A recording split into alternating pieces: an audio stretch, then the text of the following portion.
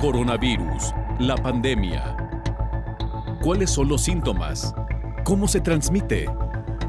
¿Qué puedo hacer para protegerme y prevenir la propagación de la enfermedad? Nuevo padecimiento que ha encendido las alarmas de los sistemas de salud. Coronavirus, la pandemia.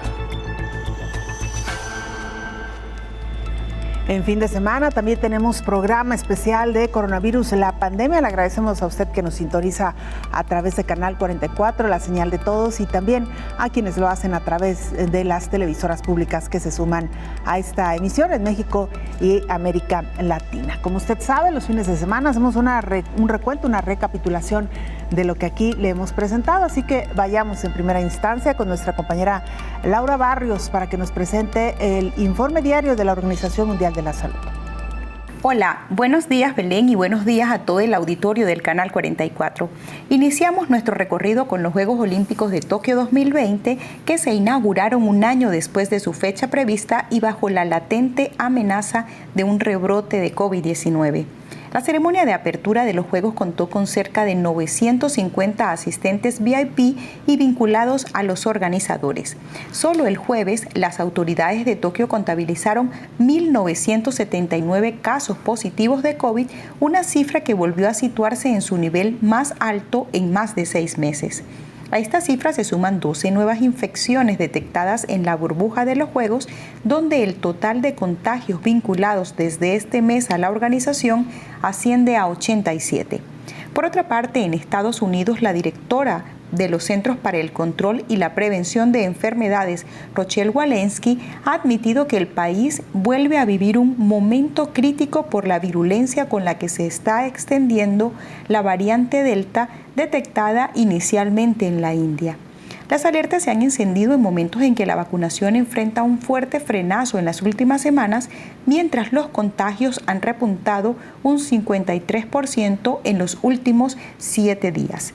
Según Walensky, la variante Delta es responsable del 83% de los nuevos casos. Entre tanto, Brasil vive una tregua ante el descenso de los casos y las muertes a causa del virus gracias a los efectos de la campaña de vacunación, aunque las autoridades se mantienen en alerta ante el goteo de infecciones con la variante Delta. La media diaria de contagios por coronavirus en Brasil se situó en cerca de 40.000 en los últimos 7 días, un 50% menos respecto de junio, según los últimos datos oficiales. A su turno, la canciller alemana Angela Merkel ha advertido de la preocupante dinámica que representa el aumento continuado y reciente de casos de COVID. Merkel instó a la población a inmunizarse al asegurar que cada vacuna es un paso de regreso a la normalidad. Reportó Laura Barros para el programa Coronavirus, la pandemia. El máximo pico de la pandemia COVID-19 muestran estadísticas mundiales que fue el 29 de marzo en las regiones de América, Europa y Asia Sudoriental. La llamada ola joven COVID-19 resulta una frase discriminatoria y de afectación a la salud mental de la juventud, quienes han perdurado más tiempo en el encierro y ahora que decidieron salir, el virus SARS-CoV-2 los invade y afecta en su salud. Para algunos investigadores, ese término es solo responsabilizar a las chicas y chicos que solo buscan divertirse tras 19 meses de encierro y llaman a no culparlos por la incidencia de casos que se han acumulado en las últimas semanas. El anuncio de las autoridades a nivel mundial de levantar las restricciones que se habían mantenido al aligerar las medidas sanitarias y establecer que el uso de cubrebocas dejó de ser obligatorio, la juventud salió a los puertos turísticos del planeta. Ellas y ellos aprovecharon el momento de salir a disfrutar de su libertad y ahora los científicos de salud llaman a los gobiernos y a la población en general a mantener cautela por la circulación de las diferentes variantes. El máximo tope de la pandemia este año se alcanzó el 19 de abril y el 10 de mayo. A partir de junio comenzó un descenso y de nuevo desde hace 8 días inicia otra elevación de casos. En este segundo año de la pandemia COVID-19, el pico más alto a nivel global, de acuerdo con las estadísticas mundiales, se observa que no fue en diciembre del 2020 y 2021. El punto más elevado comparado con estos meses inició el 29 de marzo en las regiones de América, Europa y Asia Sudoriental. En estas 3 regiones se viven semanas difíciles. En los últimos días, en que comienza un tercer ascenso en lo que va del año, se han notificado por los sistemas de salud mundial 685 casos al día. Se estima que más de la mitad, al parecer, es en la juventud mayor de 20 años. La mayoría de los jóvenes a nivel mundial se han enfermado por haber acudido a un lugar turístico para festejar por doble ocasión el fin de curso escolar 2019-2020. En ese momento no lo hicieron tras el cierre masivo de cada lugar por el surgimiento del virus SARS-CoV-2, y en este segundo año de la pandemia solo quisieron disfrutar, y ahora los hospitales están saturados de jóvenes. Informó Isaura López Villalobos. Llaman a los jóvenes a no culpabilizarlos, a no responsabilizarlos por el rebrote de la pandemia de COVID-19. Llaman a no culpar a los jóvenes por los rebrotes de COVID-19. Especialistas de la Universidad de Guadalajara hicieron un llamado a no satanizar a los jóvenes ni culparlos de los rebrotes de coronavirus. La profesora investigadora del Departamento de Estudios de la Comunicación Social del Centro Universitario de Ciencias Sociales y Humanidades, María Elena Hernández, dio a conocer los resultados de una encuesta realizada a 918 universitarios para conocer su estado de ánimo mental y psicosocial, aclarando que no solo es una situación que están viviendo los universitarios de esta casa de estudios, sino que es una situación que viene presentando la juventud a nivel mundial. Nos alertan sobre una población desalentada, llena de incertidumbre y de preocupaciones con respecto al futuro. Desde mayo de 2020, la Organización para la Cooperación y Desarrollo Económicos y la Organización Internacional del Trabajo señalaron la necesidad urgente ante las afectaciones de la pandemia de COVID-19 que estaba generando entre los jóvenes, particularmente en relación con su salud emocional. El llamado sostenía que el impacto de la pandemia es sistemático, profundo y desproporcionado en la juventud. Estos organismos y las Naciones Unidas hicieron énfasis en la importancia de escuchar las voces de las y los jóvenes, de actuar para mitigar las afectaciones a su bienestar mental y de trabajar en conjunto para fortalecer la capacidad de resiliencia en esta comunidad. La salud mental es preocupante en este grupo de edad, pues más de 3 de cada 4 jóvenes consideran que padecen estrés. 72% ha sentido ansiedad, más de la mitad tiene la sensación de que no vale la pena lo que está haciendo y 48.8% siente tristeza y una proporción similar padece insomnio. Indicó que los jóvenes universitarios sí se informan y, a diferencia de los adultos, lo hacen a través de fuentes oficiales como las redes de la Organización Mundial de la Salud. Los especialistas hicieron un llamado a no culpar a los jóvenes por los nuevos rebrotes, ya que ellos no son en realidad quienes están provocando la nueva ola, sino la diseminación de las nuevas variantes de la COVID, informó Rocío López Fonseca. El infectólogo Héctor Raúl Pérez Gómez menciona algunos países que han sido modelo para el control de esta pandemia de COVID-19. Particularmente el número de habitantes ayuda mucho para poder controlar muchos escenarios epidemiológicos y, bueno, particularmente aspectos educativos que ayudan mucho para que la población colabore desde su propio cuidado personal, familiar, colectivo. Entonces, Islandia ha sido uno de los países modelo en ese control.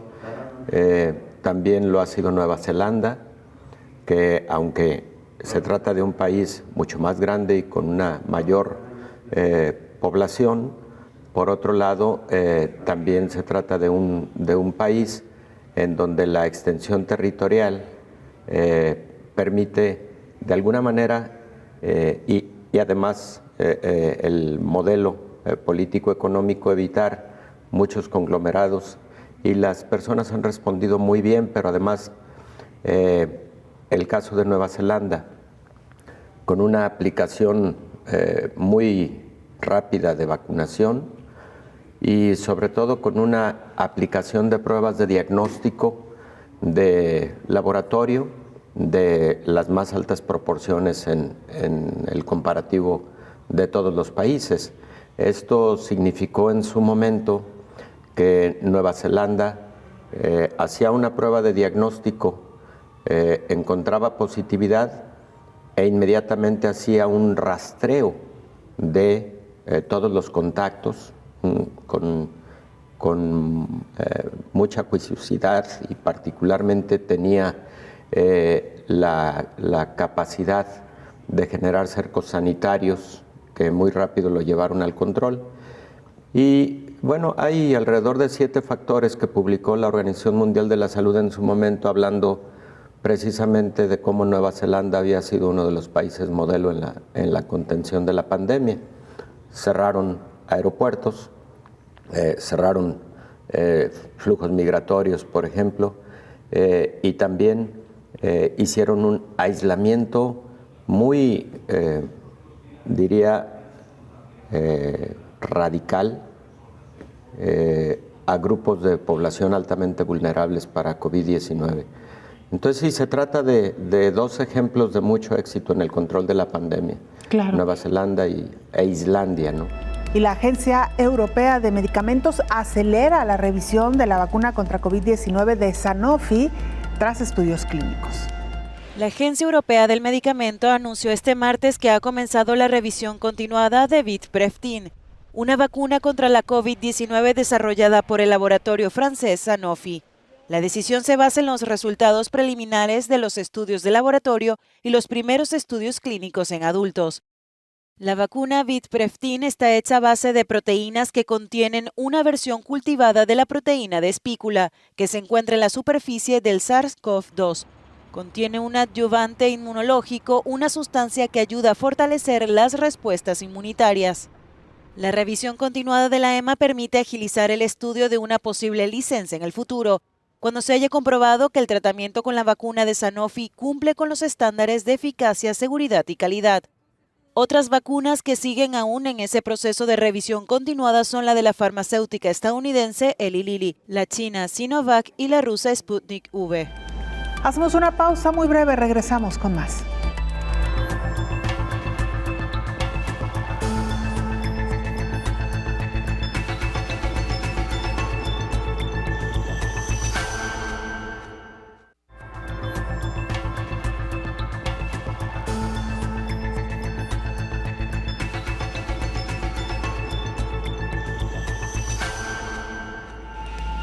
Esta semana se dieron a conocer los resultados de nuevos estudios sobre la acitromicina, un antibiótico que se usó para tratar a pacientes graves con COVID-19. Un estudio de la Universidad de California en San Francisco descubrió que el antibiótico acitromicina no fue más eficaz que un placebo para prevenir los síntomas de COVID-19 en los pacientes no hospitalizados, a pesar de la descripción generalizada de este fármaco para la enfermedad. La autora principal, Catherine Oldenburg, explicó que el fármaco, que es un antibiótico de amplio espectro, se prescribe ampliamente para tratar la COVID-19, con la hipótesis de que tiene propiedades antiinflamatorias que ayudan a prevenir el avance si se trata de una manera temprana. Sin embargo, los investigadores no encontraron que este sea el caso. Este estudio fue realizado en colaboración con la Universidad de Stanford, el cual fue publicado en la revista Journal of the American Medical Association. El estudio concluyó a 263 pacientes que dieron positivos al SARS-CoV-2 dentro de los 7 días antes de ingresar al estudio. Ninguno fue hospitalizado en el momento de la inscripción. En un proceso de selección aleatoria, 171 pacientes recibieron una única dosis oral de 1.2 gramos de acitromicina y 92 recibieron un placebo idéntico. El día 14 del estudio, el 50% de los participantes permaneció libres de síntomas en ambos grupos. Para el día 21, 5 de los participantes que recibieron acitromicina habían sido hospitalizados con síntomas graves de COVID-19 y ninguno del grupo de placebo había sido ingresado a las clínicas. Los investigadores concluyeron que el tratamiento con una dosis única de acitromicina en comparación con el placebo no resultó en una mayor probabilidad de no presentar síntomas. El artículo es uno de los primeros estudios controlados con placebo que no muestra ningún papel para la acitromicina en pacientes ambulatorios, informó Elizabeth Ortiz. Sobre este tema habló ampliamente el infectólogo Héctor Raúl Pérez Gómez. Ha sido uno de los fármacos más utilizados en pacientes con COVID,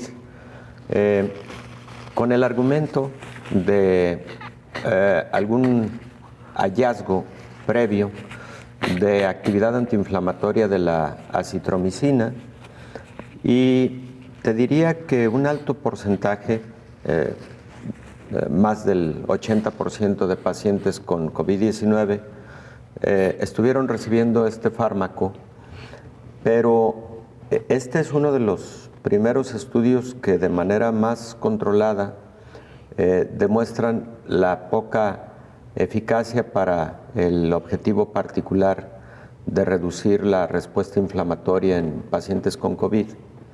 Te voy a decir también cuál es el otro escenario, y como infectólogo, seguramente los colegas que nos podrían estar escuchando compartirán conmigo la siguiente reflexión.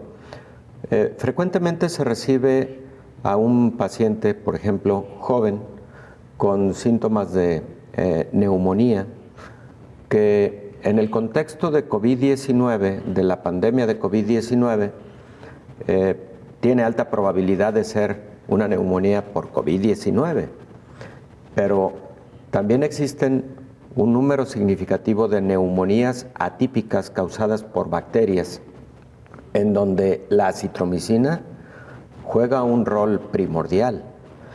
Entonces, una decisión de inicio de terapia antimicrobiana con acitromicina en un paciente con una neumonía atípica que todavía no tiene un diagnóstico definitivo microbiológico de si puede tratarse del propio SARS-CoV-2, pero también podría tratarse de una clamidia respiratoria, podría tratarse de Mycoplasma pneumoniae, podría tratarse de microorganismos de tipo bacteriano más que viral, y ahí juega un papel importante la acitromicina. Entonces, tampoco perder de vista que a veces la decisión terapéutica inicial está orientada a cubrir a un paciente con una neumonía atípica que podría no ser COVID, sino por un patógeno en donde acitromicina sí tiene un rol fundamental. Doctor, vámonos un poquito más al origen de este medicamento. Es un antibiótico. Así es. ¿Y se utiliza particularmente para qué, doctor?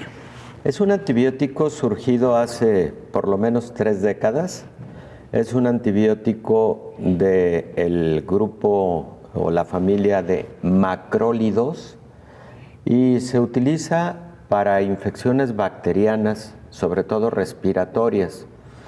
Por ejemplo, se puede utilizar para faringoamigdalitis causadas por Streptococcus pyogenes, una bacteria la que más comúnmente causa faringitis bacteriana, pero también se puede utilizar para patógenos que generan neumonía, como antes lo he comentado, por ejemplo, por este mismo patógeno, Streptococcus pneumoniae, o por clamidias respiratorias, Mycoplasma pneumoniae, que también son bacterias que generan neumonías atípicas. Y, por ejemplo, se trata de un antibiótico que puede tener excelentes actividad antimicrobiana en algunos patógenos que causan infección del tracto genital. Por ejemplo, también clamidias, ureaplasmas que pueden estar generando infecciones de transmisión sexual inclusive, y ahí, por ejemplo, una dosis única de acitromicina en el caso de uretritis o de cervicitis, infecciones del tracto genital causadas por algunos patógenos de transmisión sexual, puede ser de gran utilidad. Entonces es un antibiótico con múltiples propiedades que puede ser utilizado en diversos síndromes infecciosos, incluyendo neumonía atípica. Por eso también al inicio tuvo mucho uso, porque recordemos que había pacientes que se presentaban en ese escenario de una neumonía atípica, no había un resultado todavía definitivo del patógeno responsable. Y, por ejemplo, las guías terapéuticas en neumonías atípicas incluyen acitromicina como uno de los medicamentos que puedes utilizar de forma inicial mientras tienes a un patógeno definitivo identificado. Si revisas los 10 aspectos prioritarios que tiene la Organización Mundial de la Salud para la década que estamos viviendo, nos vamos a encontrar, por ejemplo, entre otros, el control de la epidemia mundial de VIH, nos vamos a encontrar el control de las arbovirosis, entre las que están el dengue, el zika, el chikungunya, el control de la tuberculosis. Te vas a encontrar, entre otros, uno muy importante, que es el control de la resistencia a los antimicrobianos. Es hoy por hoy una prioridad de la Organización Mundial de la Salud. Y es que lo que ocurre es que cada vez los médicos nos enfrentamos a problemas infecciosos, tanto del ámbito hospitalario como del ámbito de la comunidad, en donde la infección es causada por bacterias con múltiple resistencia a los antibióticos. Y nos encontramos en la dificultad de poder elegir un o una combinación que nos permita resolver el problema. ¿Qué es lo que más genera la resistencia a los antibióticos? Bueno, el abuso de los antibióticos. Por eso, el control de la prescripción o de la venta, que no se puede vender un fármaco sin una adecuada prescripción, eso es fundamental. Pero por otro lado, evidentemente los conocimientos del propio personal de la salud para no generar abuso en el uso de los antimicrobianos. Ahora, con respecto al tema de la cantidad de pacientes que han recibido antibióticos en esta pandemia de COVID-19, el inicio de la pandemia, Belén, es muy diferente al momento que vivimos en la actualidad en el escenario clínico, sobre todo del paciente ambulatorio. Hay que decirlo también con mucha claridad. Hace algunos momentos comentaba que el escenario de los inicios fue el de un paciente que tú recibías con síntomas respiratorios, frecuentemente un paciente de edad media, en donde el diagnóstico probable era de una neumonía atípica, además cuando veías una imagen radiográfica o tomográfica, y aunque sospechabas de que fuera COVID, no tenías todavía una prueba diagnóstica confirmatoria de COVID. Claro, la sospecha más importante era COVID, pero el escenario de hace muchos meses es: vaya y realícese una prueba de PCR en exudado nasofaríngeo. Para ir a esa prueba de PCR había que hacer citas que frecuentemente eran otorgadas unos días después. El resultado era otros días más adelante. Para el transcurrir de ese tiempo habían pasado frecuentemente ya 8 días por la carga de trabajo, etcétera, y en esos 8 días el médico tratante tenía que cubrir al paciente ante la posibilidad de que no fuera COVID, de que pudiera ser una neumonía causada por otro patógeno tradicional, previamente reconocido como un patógeno atípico. Entonces, bajo ese escenario, los médicos frecuentemente utilizamos antimicrobianos para brindar una cobertura y una protección. A eso se le llama terapia empírica apropiada, y es un término en medicina perfectamente aceptado. ¿Qué es la terapia empírica apropiada o la terapia antimicrobiana empírica apropiada? Es aquella que tú decides en base a datos clínicos, a datos epidemiológicos, al escenario que vive el paciente, en donde tú tienes que cubrir, proteger con ciertos antimicrobianos al paciente en tanto tienes un diagnóstico definitivo. Cuando tienes el diagnóstico definitivo, tú haces adaptaciones a la decisión inicial que hiciste o a lo mejor continúas porque el diagnóstico microbiológico te respalda ya el diagnóstico clínico, la sospecha que tuviste días previos, y a esto se le llama entonces terapia antimicrobiana dirigida, terapia empírica apropiada, terapia antimicrobiana dirigida. Dos conceptos que están relacionados, pero que tienen que ver con el diagnóstico definitivo microbiológico en una enfermedad infecciosa determinada. Hacemos una nueva pausa, regresamos con más información.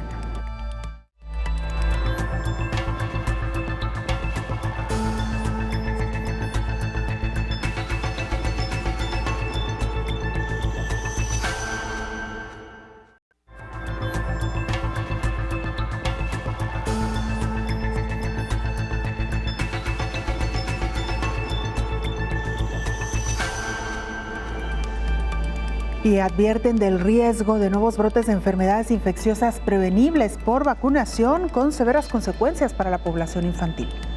Dada la propagación mundial de la COVID-19 y del interés de las naciones de combatirla, también han opacado, pospuesto y dejado atrás la prevención de otras enfermedades.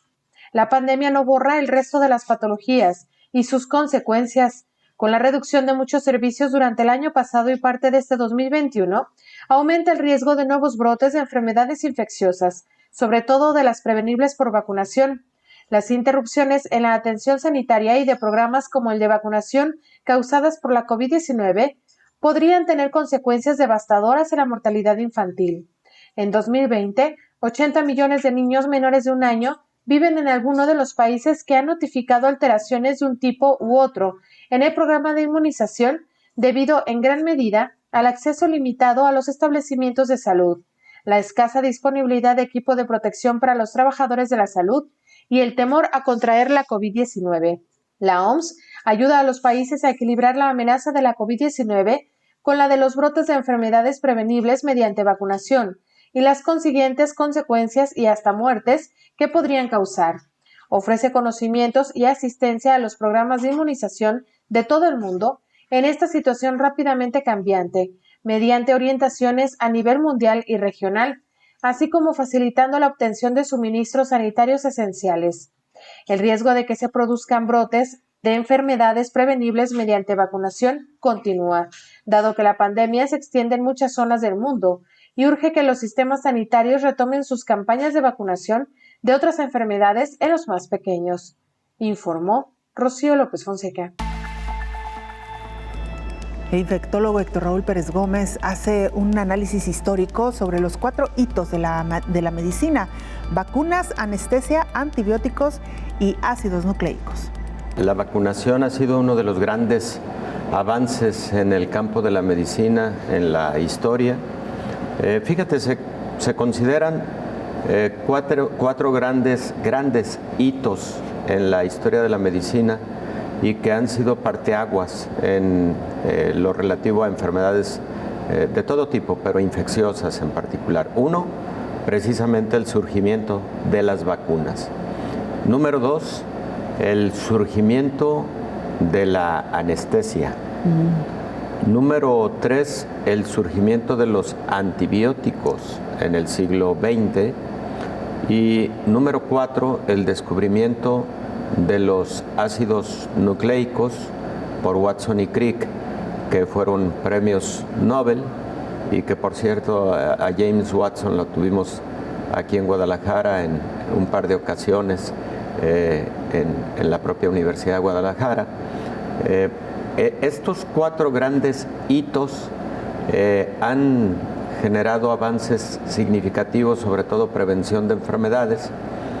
El último de ellos, pues, es lo que da origen a todo lo relativo a la genética molecular, la parte más moderna de la genética, la biología molecular, etcétera, que es lo que ha dado pauta, por ejemplo, al desarrollo de pruebas de laboratorio para lo relativo a COVID-19 o a las vacunas que ahora están desarrollándose a través de las plataformas de RNA mensajero, ¿no?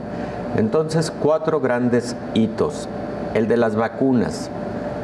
Surge hace más de 2 siglos, cuando Edward Jenner, considerado el padre de la inmunología, hace sus primeros ensayos utilizando el virus de la vacuna, que por cierto era una enfermedad del ganado bovino y por eso quedó el nombre de vacunas, esa es la historia.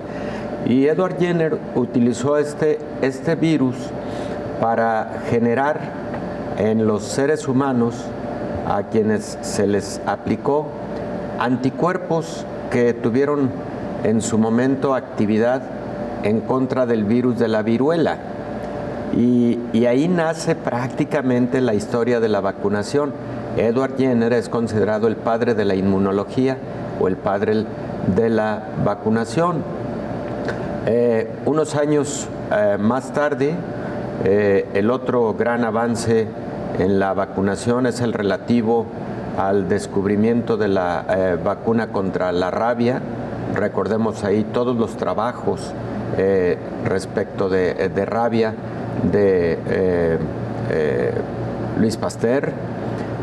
Y posteriormente, por ejemplo, en el siglo ya XX, lo decíamos hace 3 días en esta mesa de trabajo, 100 años del surgimiento de la vacuna Calmette-Guerin, conocida como BCG, que es la vacuna contra la tuberculosis.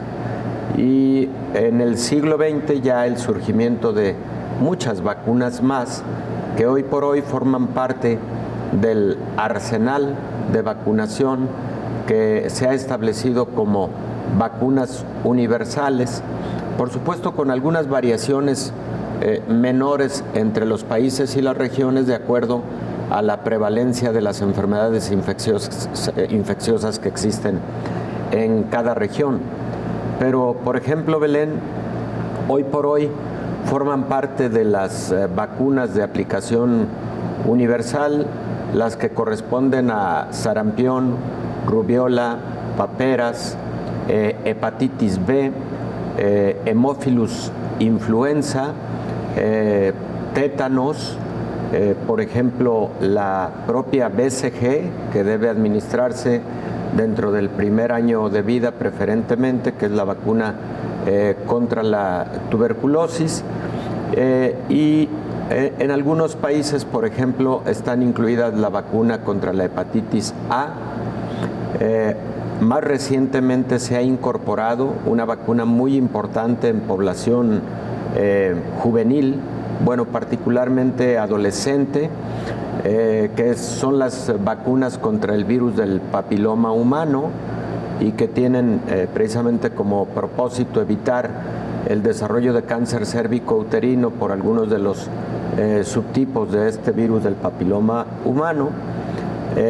Y qué decir de una vacuna muy importante para toda la población, que preferentemente, sobre todo en los grupos de alto riesgo, debe estarse aplicando año con año, que es la vacuna contra la influenza, de la que tanto hemos hablado también en esta mesa de trabajo. Y no sabemos si en un futuro será incorporada como una vacuna universal también la vacuna contra COVID-19, que por cierto, si llegara a ser el caso, esperemos que las casas farmacéuticas desarrolladoras pudieran tener una vacuna polivalente que sea de cobertura para no solamente este coronavirus, sino también contra SARS, contra MERS y contra ahora SARS-CoV-2. Y bueno, si también da cobertura contra los coronavirus menos agresivos, menos virulentos, menos graves, que surgieron ya hace décadas, y son 4 en total, más los 3 graves que ya acabo de referir, estaríamos hablando de 7 coronavirus que podría cubrir una vacuna polivalente anticoronavirus, ¿no? Entonces, eso es lo que podría estar ocurriendo en el futuro, y ojalá, insisto, y fuera una vacuna altamente eficaz, altamente segura, como las que tenemos ahora, pero además polivalente, sería algo formidable. Vamos a Guatemala para que nuestro compañero Javier Corleto, jefe de TV USAC de Guatemala, nos presente el siguiente informe. Un saludo desde Ciudad de Guatemala. Este es el reporte de coronavirus, semana del 14 al 21 de julio del 2021. En Guatemala, los datos son los siguientes: 334.375 casos acumulados, 293.208 recuperados, 31.240 casos activos y 9.927 fallecidos. En cadena nacional, el martes 20 de julio, el presidente Yamatei agradeció a Estados Unidos por la donación de 4.5 millones de vacunas de la Moderna para Guatemala y explicó cómo serán destinadas las dosis. El mandatario resaltó que esta crisis por el coronavirus demanda de todos los países del mundo una acción conjunta y un rediseño del concepto de cooperación y distribución de las vacunas. Afirmó que se comenzará a vacunar a los trabajadores de los sectores productivos y estratégicos esenciales. También anunció la vacunación de todos los estudiantes universitarios del país y personal administrativo de las casas de estudio superior de Guatemala, que alcanzará más o menos 650,000 personas. Esta acción será coordinada por las distintas universidades. También se proporcionará la vacunación de comunicadores sociales. El vocero de salud indicó que las vacunas están llegando a todos los rincones del país. Este martes 20 de julio fueron trasladadas 240,000 dosis a Petén, San Marcos y Alta Verapaz. El presidente Yamatei anunció que en los próximos días llegará a Guatemala nuevos envíos de vacunas que contribuirán a avanzar en la vacunación masiva de la población. Se espera la llegada de 250,000 dosis de vacunas AstraZeneca para aplicar la segunda dosis. Esta llegará por medio del mecanismo COVAX, gracias a un donativo del Reino de España. En Chiapas, México, se ha estado vacunando a muchos guatemaltecos, y eso explica una estrategia para reactivar la economía en la frontera y bajar la cantidad de casos. La Universidad de San Carlos de Guatemala ya se encuentra realizando las acciones necesarias para proceder a la brevedad con la vacunación de los estudiantes, personal administrativo y de servicios de esta casa de estudios, informó en un comunicado el rector en funciones, maestro Pablo Oliva. Agregó que para el efecto se desarrollará una programación por unidad académica y administrativa. Para Coronavirus la Pandemia, reportó desde Ciudad de Guatemala Javier Corleto. Recuerde, lavarse las manos. Hacemos nuestra última pausa, regresamos con más.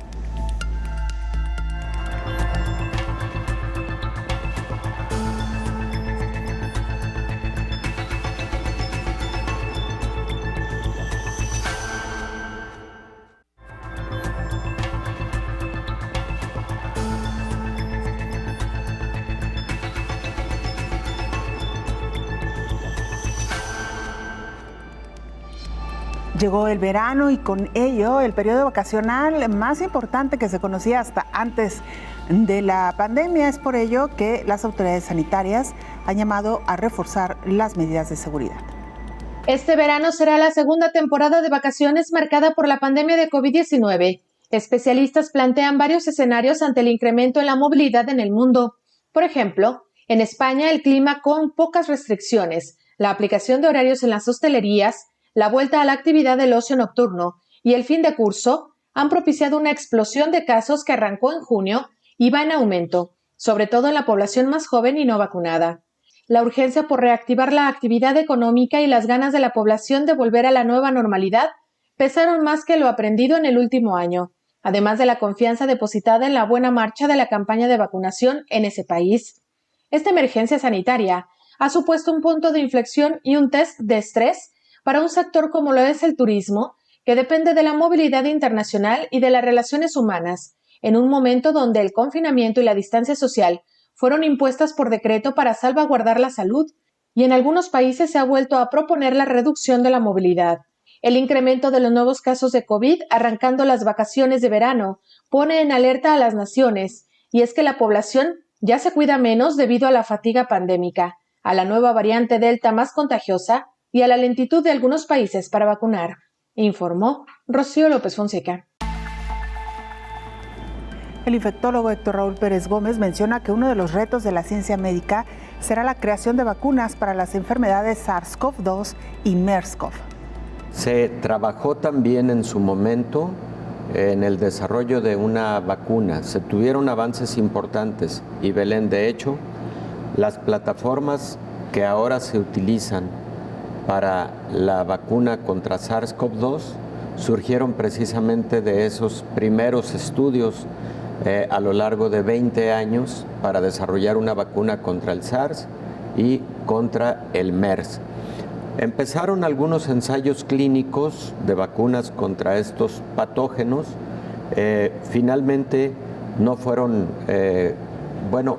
estos ensayos concluyeron, pero no llegaron hasta la fase de administración generalizada a la población, porque por fortuna también hay que decir que las dos enfermedades tuvieron un periodo corto de epidemia a nivel mundial.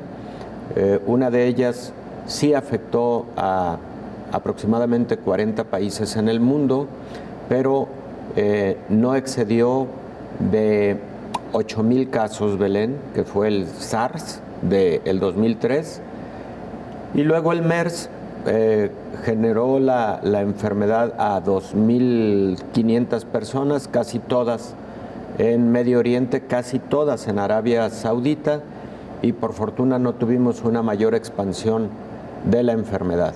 Entonces, no hubo una conclusión como hubiéramos querido de vacunas contra estos dos patógenos. Sí hubo estudios y creo que de alguna manera a esos estudios debemos el hecho de que hubiéramos logrado una vacuna en un año o menos de gran utilidad para SARS-CoV-2. ¿Y cómo avanza, digamos, este contagio por estas dos enfermedades, doctor? ¿Se ha logrado controlar? Sí, Belén, afortunadamente dejó de haber casos hace varios años. Todavía después del brote de 8,500 casos de SARS en el 2002-2003, a lo largo de un año estuvieron ocurriendo casos aislados, muy esporádicos en algunas partes del mundo. Inmediatamente se implementaban medidas de aislamiento social o de aislamiento personal y afortunadamente no fue más allá el SARS y ocurrió algo similar con el MERS, quedó muy circunscrito a Arabia Saudita. Y mira, Belén, el MERS hubiera sido una situación verdaderamente catastrófica, mucho más de lo que ha sido ahora el COVID-19, porque el MERS generaba una letalidad del 35%. De los coronavirus que ha habido a lo largo de la historia, el MERS es el más letal. Y hablar de 35% es pues una tragedia.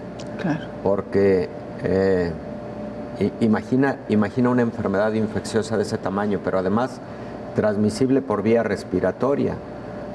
Afortunadamente quedó bajo control. Por eso insisto en que algo que sería muy, muy conveniente sería que las vacunas desarrolladas en un futuro, y esperemos que no sea tan lejano, contra coronavirus, sean vacunas que den cobertura a todos estos coronavirus. A lo largo de la historia de las vacunas y de las enfermedades infecciosas, te lo digo desde este momento, la única considerada como erradicada es la viruela.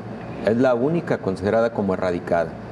Todavía ni siquiera la polio, que ha tenido un gran alto control a nivel mundial, gracias a la vacunación extensiva a todo el mundo, en donde participó, por cierto, mucho la gran Asociación Internacional de Rotarios, que participó y ha colaborado mucho para la expansión de esta vacuna y para la erradicación de la polio.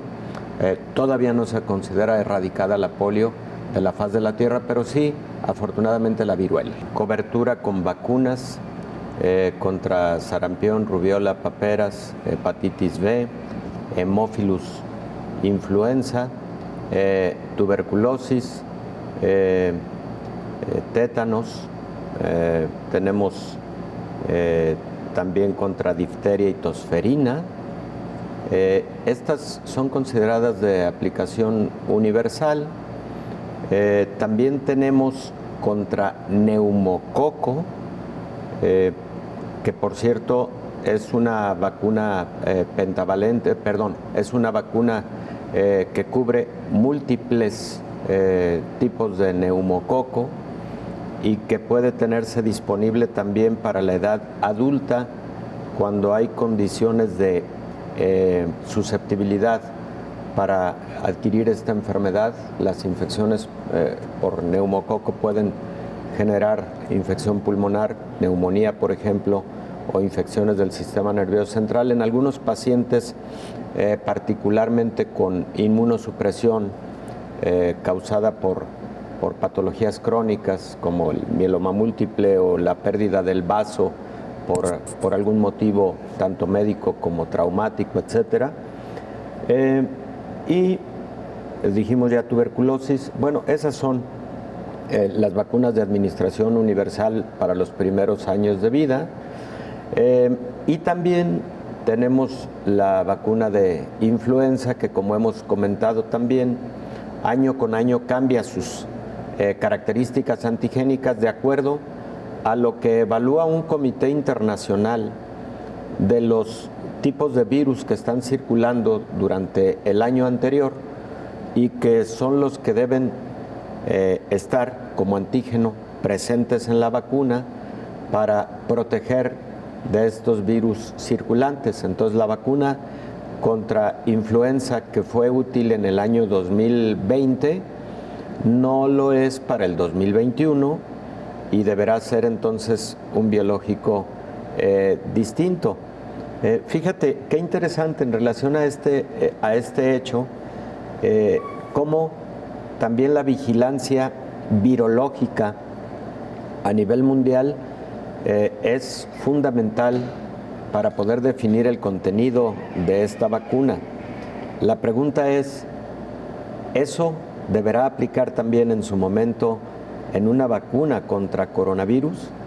Yo creo que sí, por las variantes que están surgiendo a lo largo de los meses y que pueden seguir surgiendo nuevas variantes que, si bien por ahora una de ellas, la variante beta, sí generó algunas características de evasión de la respuesta inmune generada por vacunas, no una gran evasión, pero sí una disminuida susceptibilidad con respecto a la capacidad neutralizante de los anticuerpos contra SARS-CoV-2 en esta variante de Sudáfrica. Las demás parecen no tener esta evasión a la respuesta inmune. Sin embargo, no sabemos qué sí pueda ocurrir en el futuro y cuidado con eso. Entonces, que si lo relativo a COVID-19 puede llegar a ser algo similar a lo relativo a influenza y estar cambiando el contenido antigénico de la vacuna, es algo que está por analizarse, estudiarse y responderse en el futuro. Nos vamos, gracias por habernos acompañado, nos vemos en la siguiente emisión.